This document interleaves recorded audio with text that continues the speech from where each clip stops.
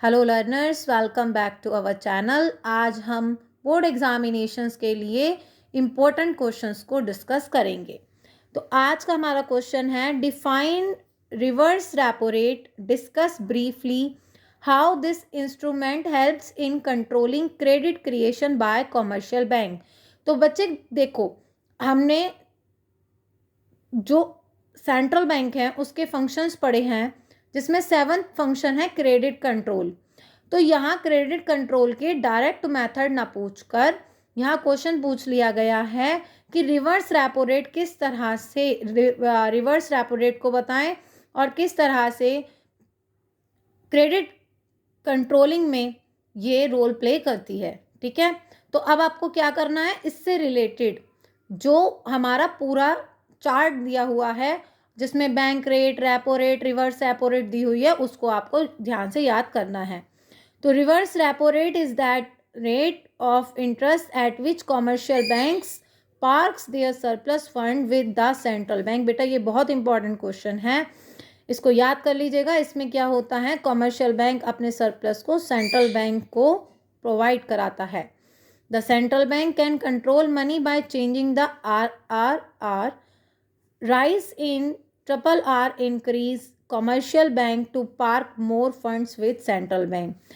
अगर central bank reverse repo rate को increase करेगा, इंटरेस्ट रेट मतलब हाई देगा, तो कॉमर्शियल बैंक इंकरेज होगा कि वो सेंट्रल बैंक को अपना फंड प्रोवाइड करे। अदरवाइज वो क्या करेगा, पब्लिक को फंड प्रोवाइड कराएगा। तो इस तरह से ये क्या करता है, जब इंटरेस्ट रेट हाई दे रहा है तो फिर इन्फ्लेशन को कंट्रोल किया जा सकता है, क्योंकि अब कॉमर्शियल बैंक पब्लिक को फंड प्रोवाइड ना कराकर अपना सरप्लस किसको पार्क करेगा, सेंट्रल बैंक को। आई होप आपको ये क्वेश्चन समझ में आ गया होगा बच्चे।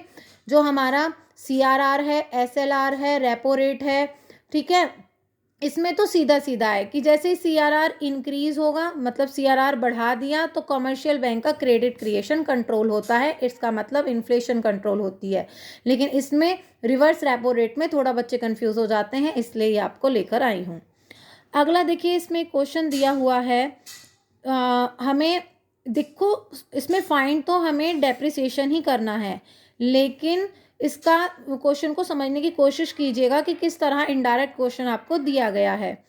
Suppose in a financial year the gross domestic product at market price of a country was 1100 crore, net factor income from abroad was 100 crore, the net indirect tax was 150 crore, national income 850 crore, calculate the value of depreciation. हमें depreciation निकालना है, तो सीधा सीधा बता दिया। GDP at MP दिया हुआ है हमें 1100 crore, NFIA net factor income from abroad 100 crore, net indirect taxes 150 crore, NNP at FC net national product at FC कितना दिया हो, यानी कि नेशनल इनकम कितनी दी हुई है, 850 करोड़। तो हमें डैप कैसे निकालने हैं, तो फॉर्मूला हो गया GDP at MP is equal to NNP at FC plus डैप माइनस NFIA प्लस नेट। ठीक है बेटा, अब क्या होगा, यहाँ हमने इसकी वैल्यूज को पुट कर दिया और इसको अब हम सॉल्व करेंगे, तो क्या आ जाएगा हमारा डैप 200 डेप्रिसिएशन।